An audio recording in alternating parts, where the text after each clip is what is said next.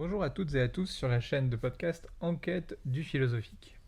Nous sommes donc parvenus à la fin du premier cycle sur le mal et nous aboutissons dans ce dernier épisode sur la question du mal et la signification du mal en psychologie. Si nécessaire et à toute fin utile, je rappelle qu'il n'est pas question de réfléchir au mal comme caractérisation ou comme sensation, même en psychologie, mais bel et bien de nous demander ensemble ce que pourrait être le mal en psychologie comme absolu premier. Alors je vais pour ce faire revenir à un élément que j'identifiais dans le mal en morale. Je disais que pour saint Augustin, il fallait tendre vers Dieu. Et si je le traduis dans les refrains qui sont ceux de ce cycle sur le mal, tendre vers Dieu au travers de l'activité de la concupiscence, comme dans l'épisode 3 du cycle, c'est en fait cultiver notre capacité à l'usage de notre instinct de l'infini, au travers des trois libidos pour saint Augustin. Instinct qui, je le rappelle, selon les présupposés philosophiques de la doctrine de Blumenberg, fait partie intégrante du contenu de l'activité de l'esprit. Nous avons, comme je vous l'ai déjà proposé, une conscience qui jaillit de la confrontation entre la finitude de nos capacités d'appréhension représentationnelle et l'infini de notre capacité à anticiper sur les conclusions de cette appréhension représentationnelle. Nous nous caractérisons dans l'expérience de la limite que notre imaginaire est capable de déborder à partir du débordement des éléments de ses limites. Quand nous sommes dans un gymnase couvert, par exemple, nous savons intuitivement ce qui se trouve autour de ce gymnase couvert. Nous ne perdons jamais de vue dans l'esprit qu'il y a le ciel au-dessus, et par-delà le ciel on trouve l'espace, et par-delà l'espace, etc. Nous sommes continuellement dans un acte de mise en contexte, spatial ou temporel, de ce que nous vivons, de l'endroit où nous nous situons, du temps que nous traversons. À l'expérience de la limite, que nous faisons immédiatement toujours, nous supposons et nous apposons l'intuition de son dépassement, toujours. En chaque acte de conscience, c'est-à-dire en chaque acte qui mobilise notamment notre connaissance et notamment notre imaginaire, nous avons cette dualité entre finitude et instinct du dépassement de cette finitude. C'est d'ailleurs ce pourquoi il nous est très difficile de concevoir que l'univers n'a pas de fin. On se demande forcément dans quelle boîte est cet univers sans fin. Alors, je l'ai démontré dans le livre qui, bon, si tout s'est bien passé, est paru déjà aux éditions Hermann il y a quelques jours. Oui, moi j'enregistre les podcasts par groupe, donc je ne sais pas encore ce dont sera fait la fin du mois de mars.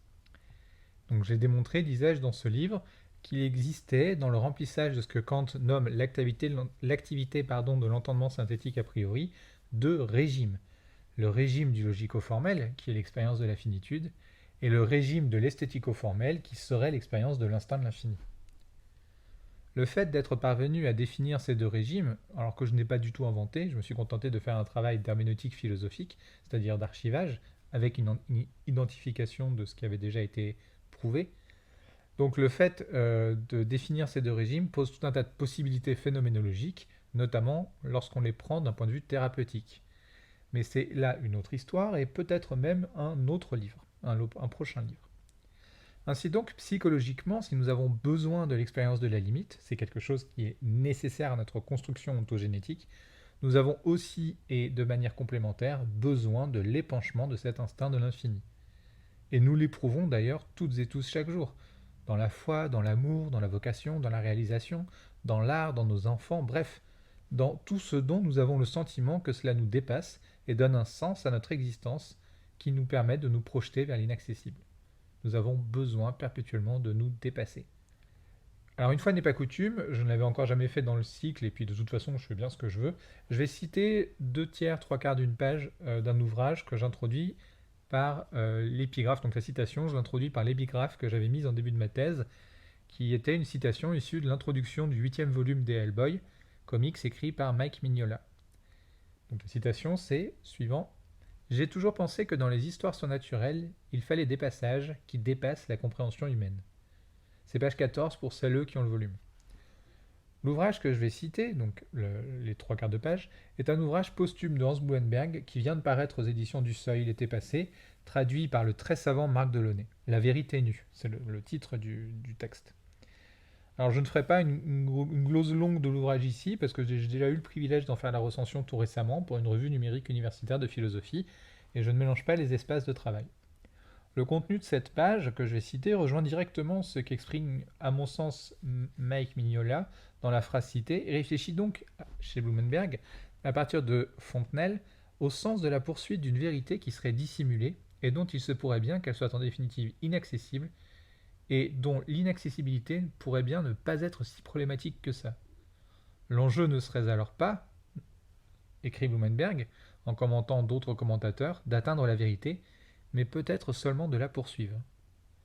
Nous revenons ici à l'idée de cet horizon nouménal qui, dans l'interprétation dont j'ai déjà assumé précédemment qu'elle soit notamment la mienne, caractérise une progression vis-à-vis des théories de la connaissance avec les néo-kantiens de Marbourg. Rappelez-vous, selon saint Augustin, nous devons nouer notre lien à Dieu dans l'expérience de ce qu'il y a de transcendant en nous, dans notre propre capacité à nous dépasser. La libido siendi, donc la soif de connaissance, nous mènerait, au travers de ce que les néo-kantiens de Marbourg nommaient donc l'horizon nouménal, à la poursuite infinie de ce qui nous dépasse, sans nécessairement faire de l'objet de ce dépassement notre visée à l'échelle psychologique. Nous ne nous accomplissons pas, psychologiquement, dans ce but lointain et inaccessible. Nous nous accomplirions en fait dans le cheminement allant jusqu'à cet objet, l'objet perdant quasiment tout intérêt. Cheminement, donc, qui est inépuisable. Alors voyons le morceau de page à citer dont je vous parlais. Il faut que je recontextualise juste avant. Il s'agit d'une page sur le sens d'une vérité dont le contenu soit inaccessible, j'ai déjà dit, et où le fait de rechercher la vérité devient le seul contenu pratique de ce que c'est que la recherche de la vérité, et même la vérité comme objet. Alors je contextualise encore plus précisément, il s'agit d'une page concernant Bernard de Fontenelle. Bernard de Fontenelle, c'est le neveu de Pierre Corneille, le dramaturge, et Bernard de Fontenelle a vécu à peu près 100 ans, je crois que c'est à un mois près, au XVIIe et XVIIIe siècle. Cartésien, pour ce qui concerne la philosophie, il écrivit une formule qui restait extrêmement célèbre à propos de Descartes, je cite, « Il faut admirer toujours Descartes et le suivre quelquefois ». Fin de citation. C'est merveilleux. Il faut l'admirer, mais pas toujours le suivre. Donc. Alors, je n'ai aucun avis ici sur la distance qu'il faudrait ou non prendre vis-à-vis de Descartes, c'est pas mon objet. Je présente simplement le personnage et cette phrase l'illustre particulièrement. Alors, c'est parti. Donc, je cite Blumenberg.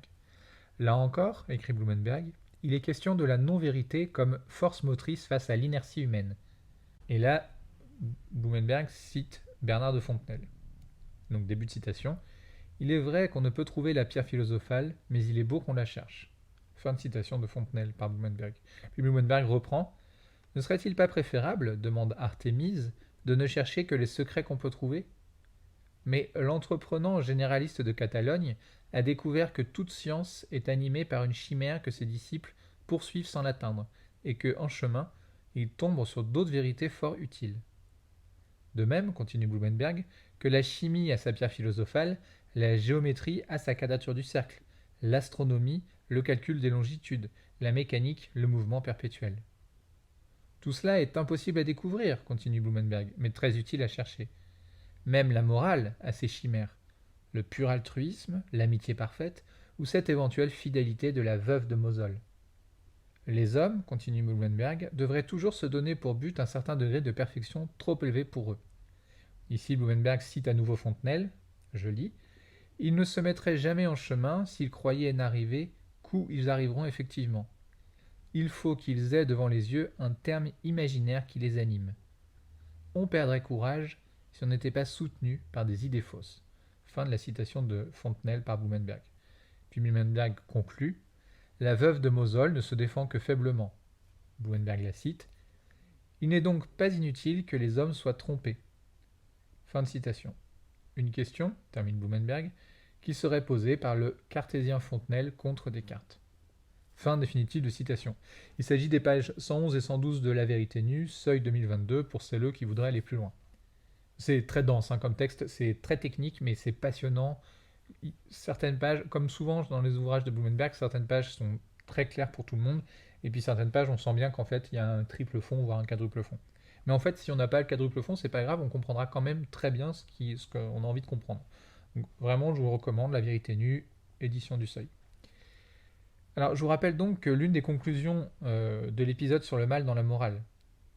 Il fallait, proposais-je, assurer l'adéquation entre notre nature, doublement finie et intuitant l'infini, avec notre agir, c'est-à-dire avec l'actuation de notre volonté, la mise en acte.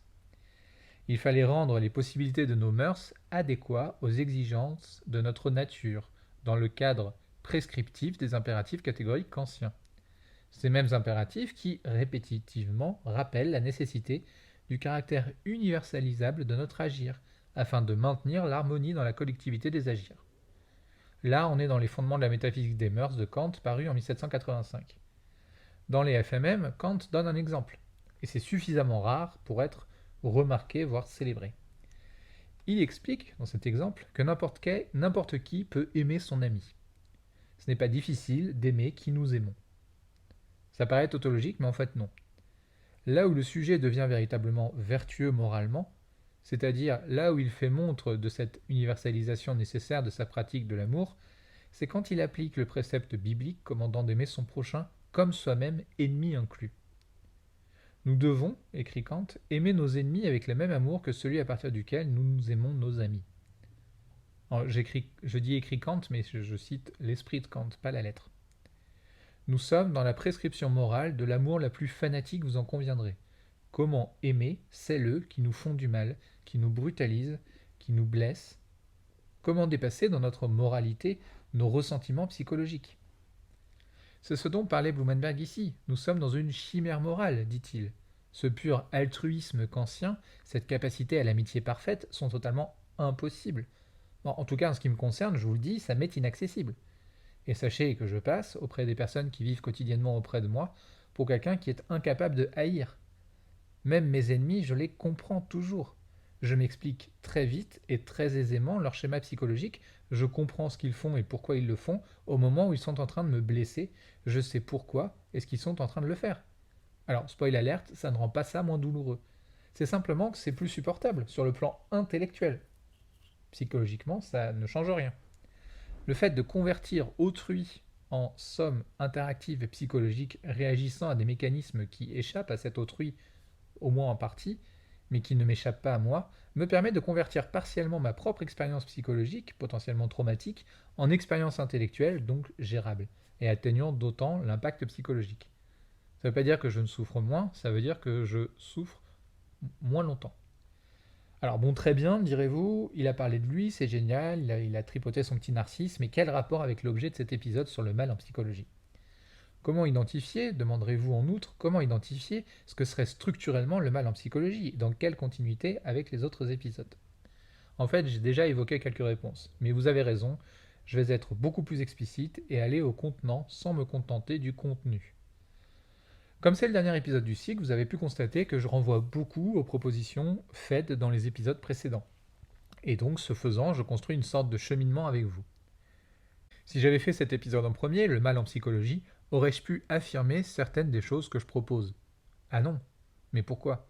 Mais parce que tout simplement, il fallait que ma démonstration repose sur un socle d'énoncés que vous soyez capable de vous représenter dans l'exercice noétique, c'est-à-dire dans l'usage de votre raison, de votre entendement. Noétique, ça vient de nous, l'esprit, l'âme en grec. Donc ça veut dire tout ce qui concerne l'activité de l'esprit. Pour que vous puissiez comprendre la formule la quadrature du cercle, qui est une formule canonique aujourd'hui, vous devez d'abord être capable de savoir ce qu'est un cercle et ce qu'est un carré. Et donc la dimension carrée du cercle, c'est une formule dont vous comprenez bien qu'elle est complètement paradoxale, elle est antinomique, c'est-à-dire que les termes se confondent dans les définitions. C'est parce que vous connaissez ces deux déterminations géométriques que vous pouvez intuiter ce que signifierait confusément ce paradoxe géométrique. La quadrature du cercle est une chimère, une formule qui ne peut pas fonctionner sous forme représentationnelle, puisqu'elle repose fondamentalement sur le principe de contradiction. Or, l'activité représentationnelle de notre entendement synthétique a priori repose sur le principe précisément de non-contradiction. Nous pouvons mettre ensemble des énoncés arbitraires, comme l'exemple de la ligne sucrée que prend Salomon Maimon dans son essai de philosophie transcendantale, mais non des énoncés contradictoires. Nous ne pouvons pas mettre ensemble des énoncés qui s'affrontent. Ou en tout cas, nous ne pouvons pas les représenter. Si je vous parle d'une ligne sucrée, vous allez compenser intuitivement les manques dans cet énoncé, parce qu'il manque des informations, pour vous représenter quelque chose. Je ne sais pas, moi, une ligne de Nutella, un rail de sucre, peu importe. Chacun anticipe sur les possibilités de représentation, tant que l'énoncé est possible à représenter. Vous anticipez donc par votre perception et parvenez à faire une expérience mentale qui soit viable. J'anticipe un peu, c'est l'activité de l'imagination. La quadrature du cercle n'est pas viable, ce n'est pas représentable. Vous pouvez, grâce à des métaphores non euclidiennes, du type de celles qui fourmillent chez un auteur comme Howard Philip Lovecraft, vous appuyer sur des analogies d'expériences esthétiques pour intuiter un mode possible de représentation. Confusément, certes, mais vous serez incapable de dessiner, de produire une représentation objective. Vous serez limité par une intuition subjective. Autrement dit, l'activité double de votre esprit, je rappelle, fini-infini, ce que l'on a trop longtemps classé selon un découpage puéril de type scientifique et imaginaire, alors que dans les sciences comme dans l'imaginaire, fini et infini vivent en harmonie. Autrement dit, donc, l'activité double de votre esprit, disais-je, va imaginer à partir des conditions logiques de ces figures géométriques, et vous allez interpréter une idée qui ne sera pas représentable à autrui. Vous serez simplement capable d'en parler, non de la définir de manière déterminée. Il en va de même finalement pour la pierre philosophale. Tout le monde se représente son idée, elle est dans plein de films, personne ne peut en parler de façon arrêtée. On a des interprétations. Des interprétations, c'est-à-dire des représentations subjectives et confuses. Pourquoi ? Tout simplement parce que ça n'existe pas. Mais pourquoi est-ce que ça n'existe pas ? Parce que c'est de la magie ? Mais si la magie n'existait pas, pourquoi est-ce que nous en parlerions sans interruption depuis plus de 6000 ans ? Non mais il divague le type, de quoi ? Pourquoi il parle de ça là ? Alors non, je divague pas en fait, La magie, ça existe. En fait, tout ce que votre esprit est capable d'imaginer existe. Tout ce que vous êtes capable de vous représenter existe. Tout ce à quoi vous êtes capable de rêver existe. Qu'il s'agisse de l'activité de la partie finie de votre entendement, de votre rationalité, je mets des guillemets, ou bien qu'il s'agisse de l'activité de la partie infinie, relevant de votre intuition de l'infini, c'est-à-dire l'espace et le temps, tout ce que l'une ou l'autre de ces deux activités est capable de se représenter existe. C'est aussi simple que ça, et c'est pas une blague. Nos énoncés scientifiques ne fonctionnent que parce que nous sommes capables de nous les représenter et d'utiliser les valences de leurs usages d'un point de vue pragmatique.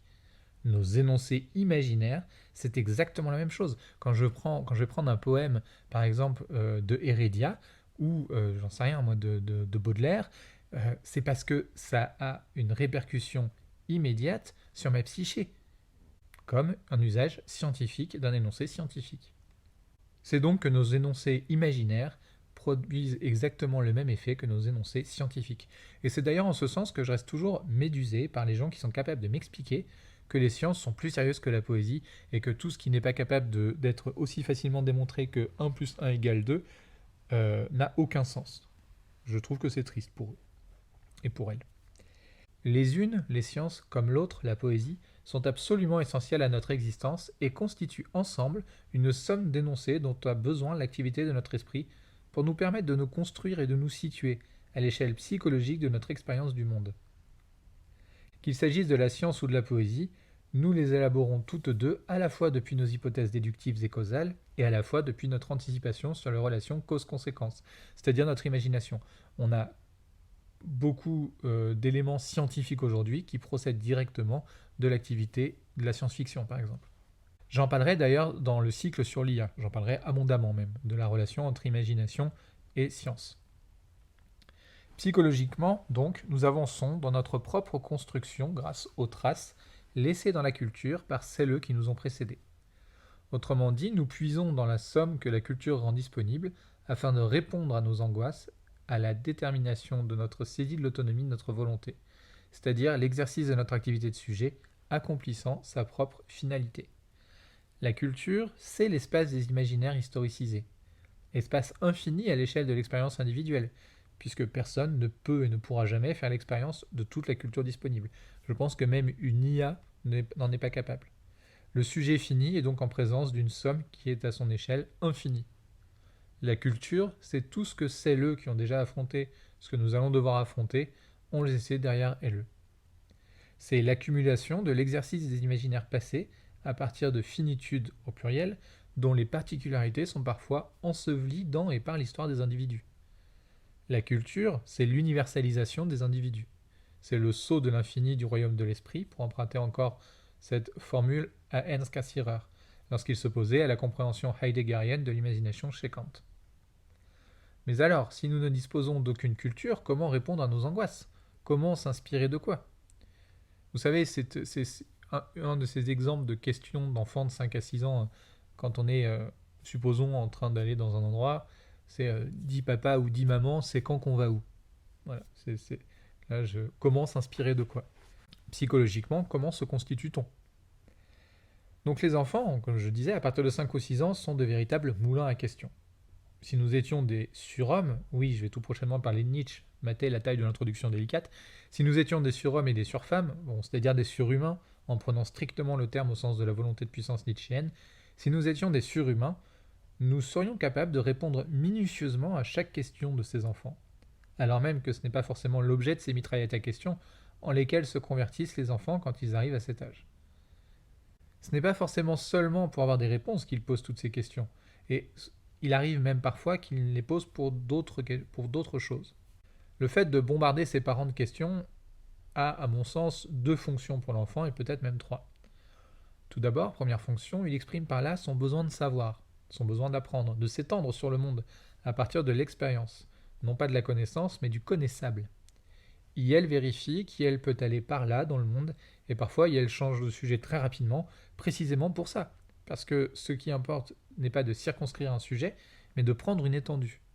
Ensuite, deuxième fonction, l'enfant vérifie la faculté de l'adulte à 1.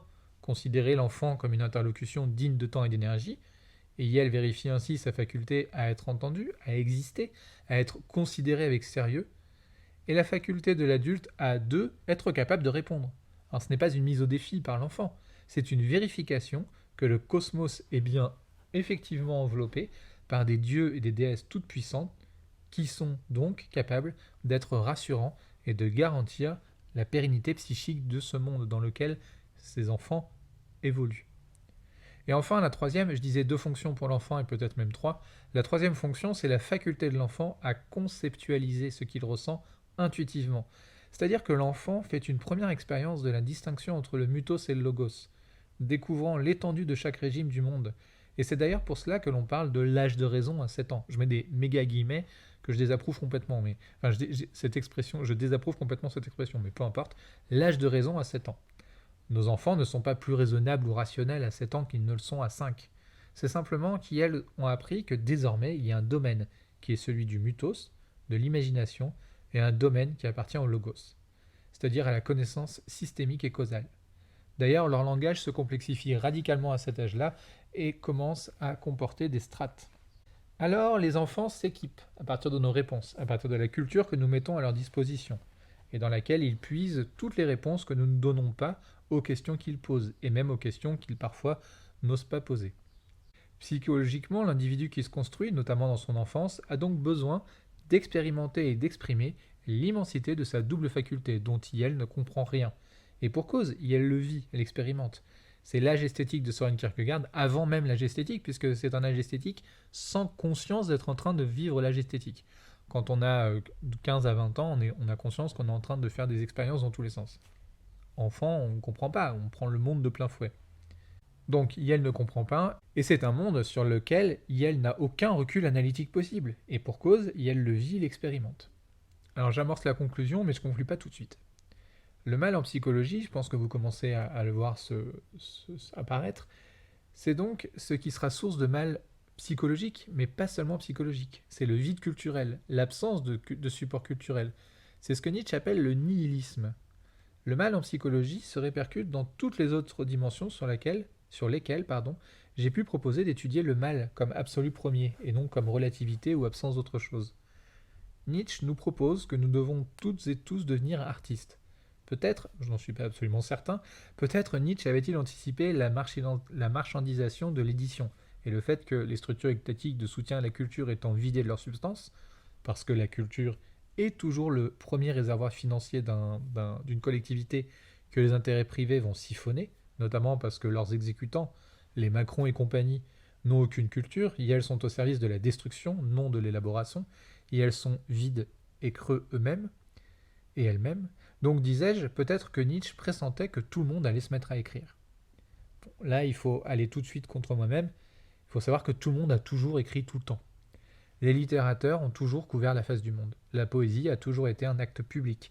Et le mythe du génie solitaire est une fiction issue de la fin du XVIIIe siècle et qui a pris une amplitude démesurée pendant le XIXe siècle, le fameux romantisme.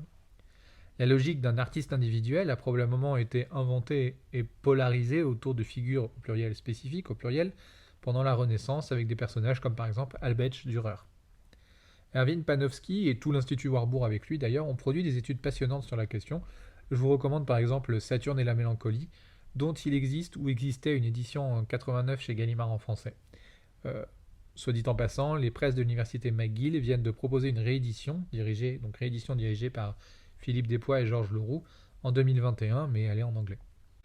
Enfin, je reviens à Nietzsche. Lorsqu'il revendique que toutes et tous doivent devenir des artistes, il parle d'un rapport général à l'art, un rapport de constitution et d'affirmation du sujet dans son rapport à l'art, et d'une relation à l'art qui se fasse artistiquement, que l'on soit ou non soi-même artiste, au sens professionnel du terme. C'est une prescription des conditions de l'ontogénèse. Pour l'efficacité de ma conclusion finale, je dois préciser une chose avant d'attaquer mon cher Totote. Oui, c'est comme ça que j'appelle Aristote. Chez Nietzsche, il existe deux relations au néant, deux nihilismes.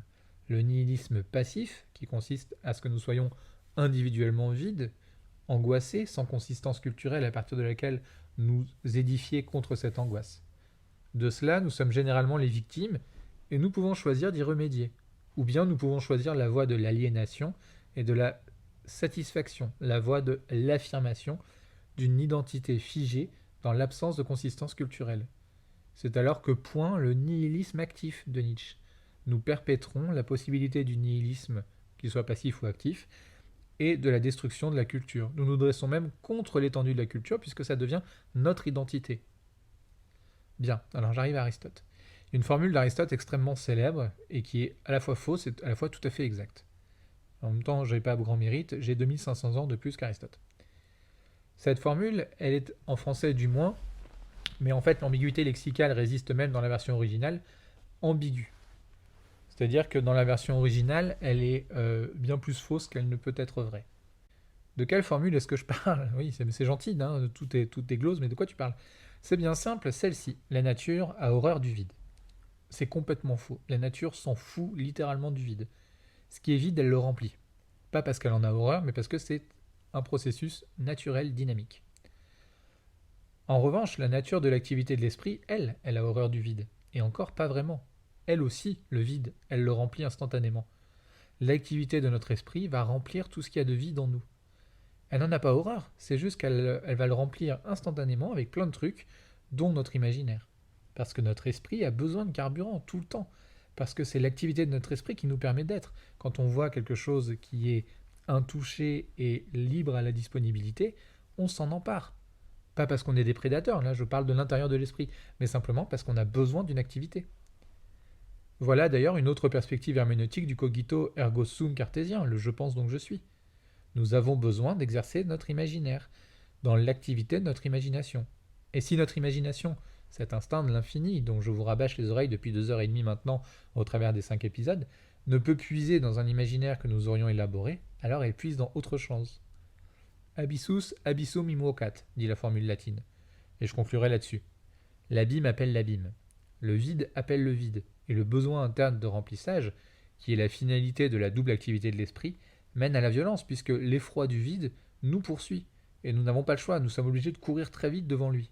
Or, généralement, fuyant le non-sens, le nihilisme passif nietzschéen, nous nous précipitons dans un nihilisme actif, en nous constituant une identité par cet antagonisme, une identité qui nous rassure, et qui rassure notre peur du vide et de l'absence d'objet existentiel. Qui plus est, on recourt généralement à la violence que l'on a déjà subie, même si elle nous a déchirés ou même si elle nous a détruits psychologiquement, parce qu'en la reproduisant, nous pratiquons une chose que nous connaissons, et ce faisant, elle s'impose comme le critère rassurant d'une identité reconnue et donc possible par l'auto-identification à un vécu déjà expérimenté. Autrement dit, en fait, à une culture interne. Nous restituons, par notre installation ontogénétique dans l'activité du traumatisme, un contenu, et fuyons ainsi le vide culturel dont nous pourrions souffrir psychologiquement. Car nous avons toujours besoin d'un imaginaire auquel nous rapporter. Nous voulons toujours, ardemment, sensuellement, intellectuellement, nous désirons toujours avoir le sentiment d'exister. Que cet imaginaire se fonde sur des éléments qui existent concrètement et matériellement, comme les objets de la science, ou qu'ils se fondent sur des éléments déjà eux-mêmes issus des imaginaires, comme le sont les objets de la culture, c'est-à-dire sur l'activité des imaginaires des gens qui nous ont précédés dans l'exploration de l'imagination. Ainsi donc, le mal en psychologie, c'est le nihilisme nietzschéen, d'abord passif, Et puis vient un moment, à l'issue de l'âge esthétique, où l'on peut hélas faire le choix du nihilisme actif et de la destruction des valeurs que l'on vit comme des menaces de notre identité, qui est une identité fondée sur le vide de notre anxiété. Alors, une conclusion à ce cycle? Oui, celle-ci. Recouvrez tous les enfants que vous croisez de livres, de n'importe quel type de livre, il n'y en a pas des mauvais, de n'importe quelle qualité littéraire, il n'y a pas de mauvaise qualité littéraire, ou picturale, avec des grands dessins ou des petits dessins. Répondez à leurs questions, autant que votre patience ou votre propre curiosité vous le permet. Encouragez-les à sourire et dites-leur à ces enfants qu'ils sont brillants, qu'ils ont une place dans le monde, qu'ils sont courageuses et courageux. Cultivez, même très ponctuellement, le temps d'une rencontre, leur imagination et dites-leur qu'elles sont chouettes, parce qu'ils le sont, au-delà de tout ce que vous êtes capable d'imaginer. Allez, je vous souhaite à toutes et à tous une excellente semaine et la semaine prochaine, je vous retrouve pour le deuxième cycle de la chaîne Enquête du philosophique qui parlera de l'intelligence artificielle. Merci à toutes et à tous pour votre écoute.